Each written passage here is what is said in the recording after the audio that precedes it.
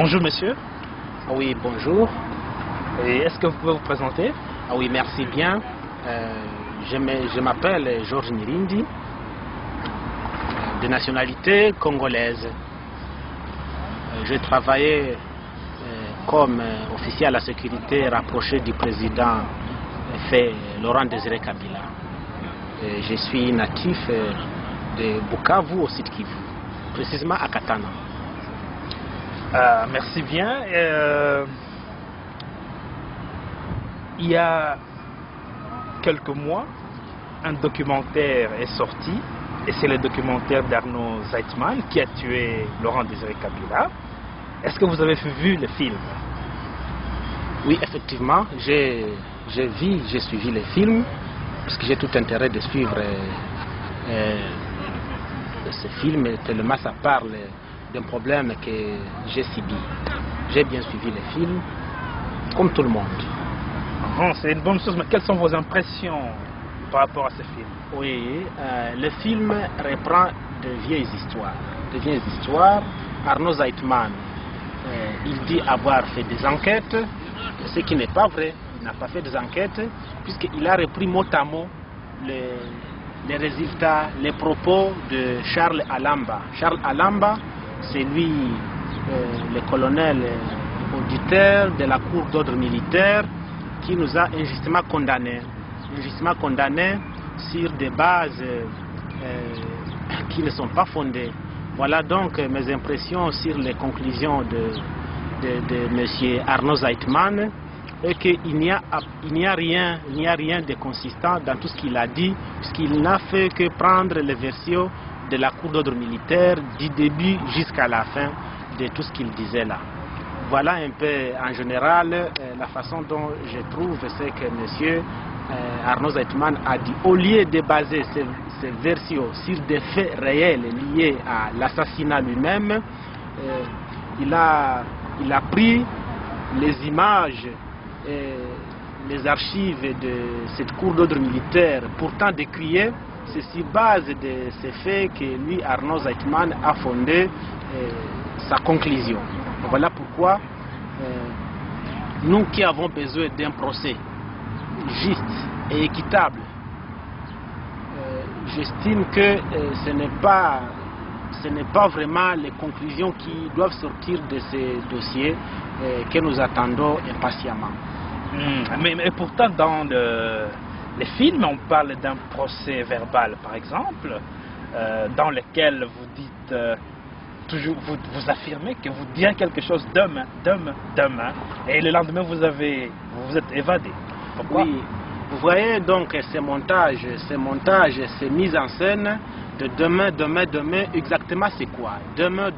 D'abord, il dit que Georges Mirindi avait avoué les crimes un jour avant son évasion, ce qui est déjà faux et archi-faux. Il dit que Georges Mirindi avait promis de dire les détails demain, et au lieu de donner les détails demain, Georges Mirindi s'est évadé selon ses propres termes au petit matin. C'est quoi au juste? J'ai avec moi ces papiers que quelqu'un, je ne sais pas si c'est un militaire, un officier, évidemment. Malheureusement, chez nous, au Congo-Kinshasa, il y a cette habitude politique de faire des montages, des mises en scène pour cacher, pour couvrir la vérité. Nous tous, nous avons suivi, vous et moi, nous avons suivi comment est-ce que dernièrement, lorsque on a tué le célèbre homme, M. Floribert Chebeya, les généraux John Numbi et Jean de Dieu Oleko, ils ont fait un montage d'un communiqué qui est exactement le même comme celui que M. Arnaud Zeitman a fait lire dans son film, où il donnait des versions entre parenthèses autour des circonstances qui ont conduit à la mort selon un de Floribert Chebeya. C'est demain là, c'est du pire montage, c'est vraiment de mise en scène. Il dit que dans ces demain là, il dit que Georges Mirindi a promis de dire les détails demain à cause de sa santé qui ne lui permettait pas. Un malade, peut-on imaginer un malade qui sait qu'il va guérir demain? Au fait, c'est quoi ces histoires?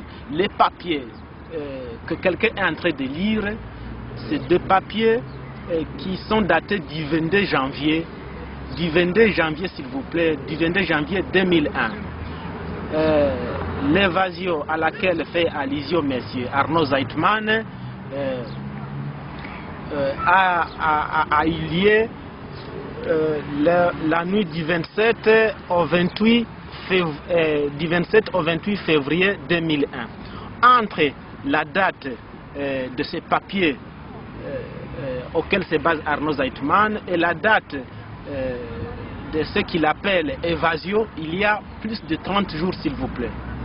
36 jours, si j'ai bien compté, du 22 janvier au 27-28 février. 36 jours, mais Arnaud Zeitman, comme tout malin, il arrondit malignement 36 jours en moins de 24 heures. Allez-y comprendre ce qu'ils veulent comprendre, que la vérité n'est pas là. Comme l'a bien dit l'un de nos célèbres musiciens,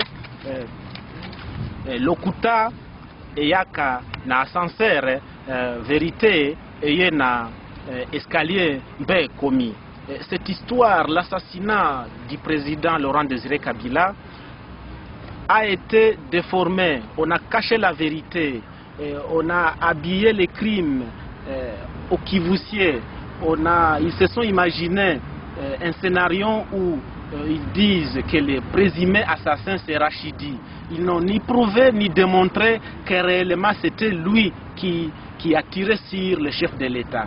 Ils n'ont jamais montré, ils n'ont jamais prouvé, ils n'ont jamais démontré que c'est exactement celui qu'ils appellent assassin, que c'est lui qui a tiré. Oui, monsieur. Mais on parle effectivement, je ne sais pas si vous avez suivi le procès, parce qu'on parle de certains rapports des experts, des traumatologues, des cardiologues, des balisticiens. Est-ce que vous en savez quelque chose? J'ai suivi, comme beaucoup, ceux qui ont suivi ce procès à Kinshasa connaissent bien les versions de M. Arnaud Zeitman, qui sont des mises en scène que les pouvoirs de Kinshasa a imaginé, a inventé pour essayer de cacher la vraie vérité. Si nous pouvons revenir sur les lieux du crime, avant d'en arriver au rapport des experts, lesquels rapports sont très importants pour quiconque veut aboutir à la vérité. Au lieu du crime, il y a le seul témoin, M. Émile Mota. M. Émile Mota, dans ses dépositions, dans ses témoignages, il s'est étrangement contredit. Il a donné plusieurs versions, il n'a pas pu expliquer exactement ce que lui a vu directement. Il disait aujourd'hui ceci, le lendemain il changeait, ces contradictions n'ont fait que contribuer à alimenter les rumeurs, à alimenter les flous et à alimenter la confusion. Les experts ont donné des rapports en rapport avec ce que, en tant qu'experts, ils ont vu le corps du président. Ils étaient sur les lieux du crime. Les experts cardiologues, par exemple, ils ont montré que l'aorte du président était coupée. L'aorte, c'est une voie sanguine. L'aorte était coupée, les jugulaires étaient coupés. Mais il est étrange que les deux voies sanguines aient été coupées et qu'il n'y ait que des gouttes de sang, alors que l'aorte et les jugulaires sont comme des tuyaux qui conduisent les sangs. À la seconde où ils étaient coupés, le sang devrait se déverser hors du corps du chef de l'État. Et ça ne se comprend pas que les deux voies sanguines aient été coupées, mais il n'y a pratiquement pas de sang qui est visible. Ça, c'est d'abord les rapports des experts cardiologues. Il y a le docteur Macha Komamba qui a administré les premiers soins. À son entrée, il était juste à côté en train d'attendre audience. Le docteur Macha Komamba, à l'époque, il était le ministre de la Santé. À son entrée là-bas, pourtant lui est pédiatre. Il est pédiatre.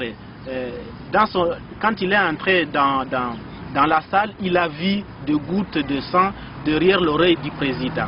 Derrière l'oreille, les gouttes de sang étaient déjà coagulées. Le sang ne peut pas se coaguler en une minute, c'est impossible. À part les rapports des cardiologues concernant le sang qui a prouvé, les cardiologues ont démontré que l'aorte et les jugulaires étaient coupés lorsque le sang ne circulait plus.